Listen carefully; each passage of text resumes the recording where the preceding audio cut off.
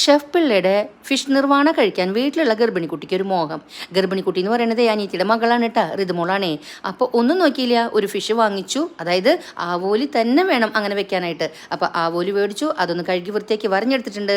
അതിലേക്ക് ആവശ്യത്തിനുള്ള മുളക് പൊടി, മഞ്ഞൾപ്പൊടി, ഉപ്പ്, അല്പം വിനാഗിരിയും പിന്നെ അതൊന്ന് നനഞ്ഞ് കിട്ടാനായിട്ട് അല്പം വെള്ളം കൂടെ ചേർത്തിട്ട് ആ മസാല മുഴുവനും ആ ആവോലിയിൽ നന്നായിട്ട് തേച്ച് പിടിപ്പിച്ചു. ആ വരഞ്ഞതിൻ്റെ ഉള്ളിൽ കൂടെയൊക്കെ ഒന്ന് ഇട്ട് കൊടുക്കണം. അതുപോലെ നമ്മളതിൻ്റെ കുടലൊക്കെ ഒന്ന് പുറത്തേക്ക് എടുത്തിട്ടുണ്ടല്ലോ, അതിൻ്റെ ഉള്ളിലേക്കൊക്കെ ഒന്ന് നന്നായിട്ട് പരറ്റി കൊടുത്തിട്ട് ഒരു 5-10 മിനിറ്റ് നേരം ഇതുപോലെ വെച്ചു കേട്ടോ.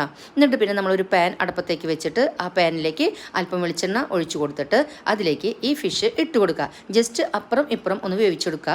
നന്നായിട്ട് മൊരിയാൻ പാടില്ല, നന്നായിട്ട് വറവാവാൻ പാടില്ല. എന്നിട്ട് നമ്മൾ ഇത് വാങ്ങി എടുത്തതിന് ശേഷം ആണ് പിന്നെ നമ്മുടെ എന്താ പറയുക അടിപൊളി പ്രോസസ്സ് ഇരിക്കണം കേട്ടോ. നമ്മൾ പറമ്പിൽ പോയിട്ട് വാഴയിൽ നിന്നും ഒരു ഇല ചീന്തിയെടുക്കുക, അത് നന്നായി കഴുകി വൃത്തിയാക്കിയിട്ട് വാട്ടിയെടുക്കുക. എന്നിട്ട് നമ്മുടെ മീൻ ചട്ടി എടുക്കുക, സ്റ്റൗമിലേക്ക് ഓണാക്കിയിട്ട് സ്റ്റൗമ്മ മീൻ ചട്ടി വെക്കുക, ഈ വാട്ടിയെടുത്ത വാഴയില വെക്കുക, വാഴയിലയിൽ കുറച്ച് വെളിച്ചെണ്ണ ഒഴിച്ചു കൊടുക്കുക. ആ വെളിച്ചെണ്ണയിലേക്ക് നമ്മുടെ മീൻ ഇറക്കി വെക്കുക. എന്നിട്ട് ഒരു കപ്പോളം നല്ല കട്ടിയുള്ള തേങ്ങാപ്പാലും കൂടെ ഒഴിച്ചു കൊടുക്കുക. എന്നിട്ട് ആ തേങ്ങാപ്പാലിലേക്ക് അല്പം കുരുമുളക് പൊടി ഇതുപോലെ ഒന്ന് വെതറി കൊടുക്കുക. ആ ഒരു തേങ്ങാപ്പാലിലേക്ക് ആവശ്യമായിട്ടുള്ള അത്രയും ഉപ്പും കൂടെ ഇതുപോലെ ഇട്ട് കൊടുക്കുക. അല്പം കറിവേപ്പില ഇട്ട് കൊടുക്കുക. അതുപോലെ തന്നെ ഒരു സ്പൂണോളം ഇഞ്ചി ചെറുതായിട്ട് കൊത്തി നുറുക്കിയത് അത് ചേർത്ത് കൊടുക്കുക. അതുപോലെ തന്നെ മാങ്ങ, ഇതിൻ്റെ ഒരു സീക്രട്ടും കൂടിയാണ് കേട്ടോ മാങ്ങ ഇടാന്നുള്ളത്. മാങ്ങ ഇതുപോലെ ചെറുതായിട്ട് അരിഞ്ഞത് ഏകദേശം 2 സ്പൂണോളം മതിയാവും. അതും കൂടെ ഇതിലേക്ക് ചേർത്ത് കൊടുക്കുക. വേണമെങ്കിൽ നാളികേര കൊത്ത് ഉണ്ടെങ്കിൽ ഇതുപോലെ ചെറുതാക്കിയിട്ട് അരിഞ്ഞെടുത്ത നാളികേര കൊത്തും കൂടെ ഉണ്ടെങ്കിൽ അടിപൊളിയാണ്. മുളക് 2ആയി കീറിയത് ഒരു 4-5 കൂടെ ഇട്ട് കൊടുക്കുക. അപ്പോഴേക്കും എന്താ ഇതുപോലെ ഒന്ന് തിളച്ച് തുടങ്ങും കേട്ടോ. മൂടി വെക്കണമെന്നില്ല, മൂടി വെച്ചാലും വിരോധമില്ല.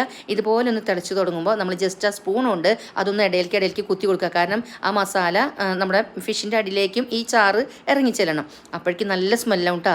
എണ്ണയൊക്കെ ഇങ്ങനെ തെളിഞ്ഞ് വരും. ആ ഇതെന്താ പറയുക, ഇതിൻ്റെ ഈ ചാറൊന്ന് കുറുകും. അന്നേരം നമുക്ക് സ്റ്റൗ ഓഫ് ചെയ്യുക. എന്നിട്ട് വാങ്ങിയിട്ട് എങ്ങനെ വേണമെങ്കിലും കഴിക്കാം. നമ്മുടെ ഫിഷ് ആ ചാറിൽ ഒളിഞ്ഞിരിക്കണം കേട്ടോ, മുങ്ങിയിരിക്കണം മൂപ്പര്. അപ്പോൾ ചാറൊക്കെ ഒന്ന് വകഞ്ഞ് മാറ്റിപ്പോൾ കണ്ടില്ലേ നമ്മുടെ ഫിഷ് അടിപൊളിയായിട്ട് ഇരിക്കണത്. അതൊന്ന് കഴിച്ച് നോക്കാം. ഒരു പ്രത്യേക ടേസ്റ്റാണ് കേട്ടോ, ഒരു വെറൈറ്റി ടേസ്റ്റാണ്.